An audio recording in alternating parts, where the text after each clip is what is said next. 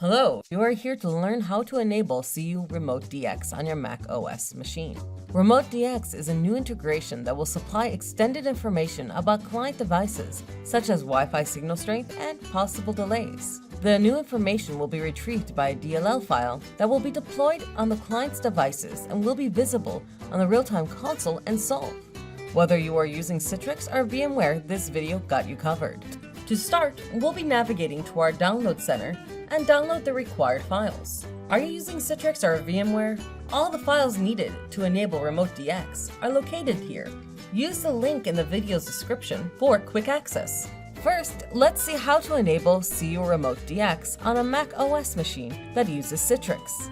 Locate the Citrix PKG file you got from the Download Center and double-click it and follow the instructions. If you're using VMware, the idea is the same. Just make sure you downloaded and are using the VMware PKG file. That's it! CU Remote DX is now enabled on your macOS machine. To view Remote DX metrics on the CU console, first connect to your environment, then click on Sessions and select the Client Metrics preset.